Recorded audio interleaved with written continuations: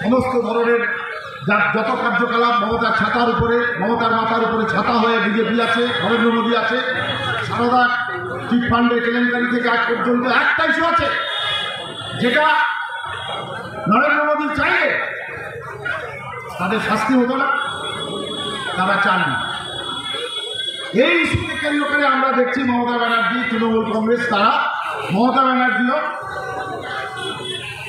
এই বিভাজনের রাজনীতিকে উস্কে দেওয়ার জন্য তিনি রাস্তায় নেমে বললেন এই বাংলা ভাষার উপরে আক্রমণ, এই বাঙালি অস্মিতা ইত্যাদি এসব কথা এখানে বলল। কিন্তু এর পেছনের ইতিহাস কি? বামফ্রন্ট সরকার থাকার সময় মমতা ব্যানার্জি কেন্দ্রের কাছে বলেছিলেন, নির্বাচন কমিশনকে বলেছিলেন যে বাংলাদেশ থেকে এসে এখানে সিপিএমের হয়ে ভোট দিয়ে যায়, বামফ্রন্টের হয়ে ভোট দিয়ে যায়, তাই আগে অনুপ্রবেশকারীদের না তাড়িয়ে পশ্চিমবাংলায় ভোট করা যাবে না। তাহলে বিজেপিকে আজকে এই কথা বলার রাস্তা প্রথম করে দেয় মমতা ব্যানার্জি। 2003 সালে যখন বাজপেয়ী সরকার দিল্লিতে এনআরসি আইন আনে, তখন মমতা ব্যানার্জি ওই সরকারের মন্ত্রী, তিনি এই এনআরসি আইন করার জন্য ব্যবস্থা করেছিলেন। আজকে আপনারা দেখছেন বিহারের নির্বাচনকে কেন্দ্র করে নির্বাচন কমিশনকে দিয়ে যখন ওই এনআরসি নানাভাবে প্রবলভাবে মানুষের প্রতিবাদের সামনে দাঁড়ালো, সোজা পথে কার্যকরী করতে পারছে না। নির্বাচন কমিশন নিয়োগের যে বন্দোবস্ত ছিল সংবিধান, তাকে পাল্টে দিয়েছে। প্রধানমন্ত্রীর ইচ্ছা মতো দুজন হবে, যারা নিয়োগ করতে হবে তাদের প্রধানমন্ত্রীর দলের দুজন, আর একজন হচ্ছে সুপ্রিম কোর্টের বিচারপতি। ফলে স্বাভাবিকভাবে নরেন্দ্র মোদী তার ইচ্ছে মতো নির্বাচন কমিশনার নিয়োগ করছেন। সেই নির্বাচন কমিশনারের ভূমিকা আমরা দেখতে পাচ্ছি। বিহারের ভোটের স্পেশাল ভেরিফিকেশনের নাম করে সেখানে জন্ম সার্টিফিকেট চাওয়া হচ্ছে। এই জন্ম সার্টিফিকেট শুধু নিজের সার্টিফিকেট দেখালে হবে না, তার বাবা যে এই দেশের নাগরিক তার সার্টিফিকেট চাওয়া হচ্ছে।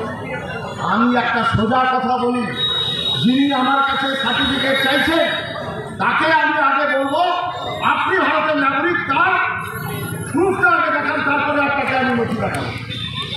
কে বল নরেন্দ্র মোদী যে ভারতের নাগরিক, তার কি প্রমাণ আছে? মানে এতদিন পর্যন্ত আমাদের দেশে নাগরিকত্ব, ভোটার লিস্ট, আধার কার্ড ইত্যাদি করে দেওয়া হয়েছে,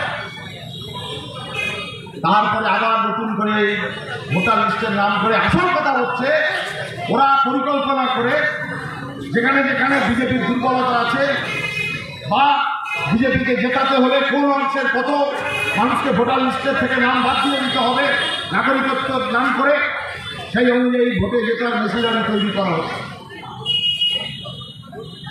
আর তাদের ক্ষোভ হচ্ছে তৃণমূল কংগ্রেস।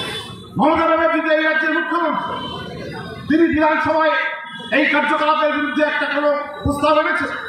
যে যে রাজ্যে এই ধরনের আক্রমণ হচ্ছে সেই রাজ্যের মুখ্যমন্ত্রীর কাছে কোনো চিঠি লিখেছে?